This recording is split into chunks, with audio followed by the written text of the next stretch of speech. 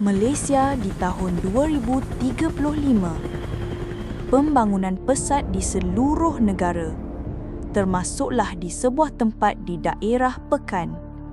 Namun, pemandangan indah hutan menghijau, udara yang segar, tasik membiru semakin tenggelam, bukan di dalam air, tapi tenggelam dalam kealpaan manusia.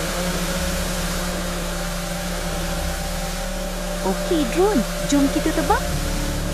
Sedang Aiman asyik menerbangkan drone miliknya melintasi tasik, tiba-tiba dia terlihat sesuatu di skrin.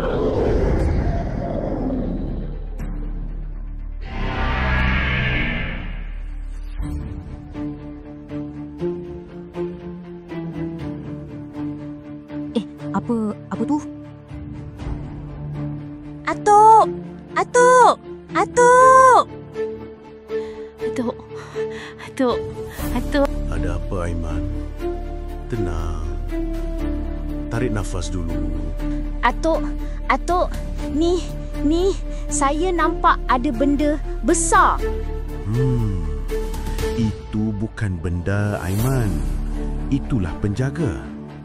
Bila alam ni sakit, dia akan bangkit. Teruskan terbang. Jangan tinggalkan satu pun. Encik Zul merupakan pengurus yang menyelia pembangunan di daerah ini. Dia bertanggungjawab untuk meratakan semua kawasan dan membangunkan sebuah kilang pembinaan kereta elektrik di tepi tasik tersebut. Bang!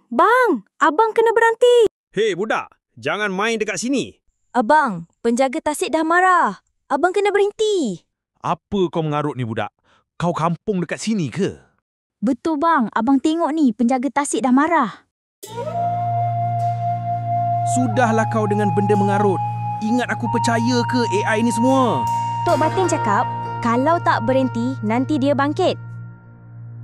Baliklah budak dengan Tok Batin kau. Dari dasar tasik yang sunyi, terjaga sesuatu dari lena yang lama.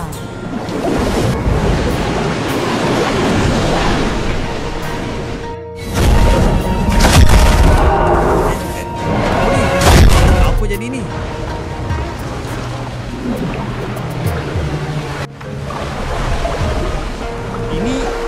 Ini semua tak logik. Aku bukan musuhmu. Akulah naga penjaga di sini.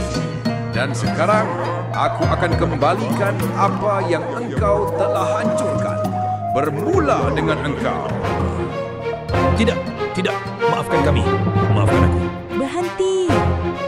Tok Naga, kalau kami jaga, kalau kami lindungi, boleh Tok Naga tenang semula? Naga tersebut memandang Aiman seakan memberikan kepercayaan kepadanya. Makhluk gergasi itu kembali tenang. Keadaan kembali aman. Naga pun berundur ke dalam tasik semula.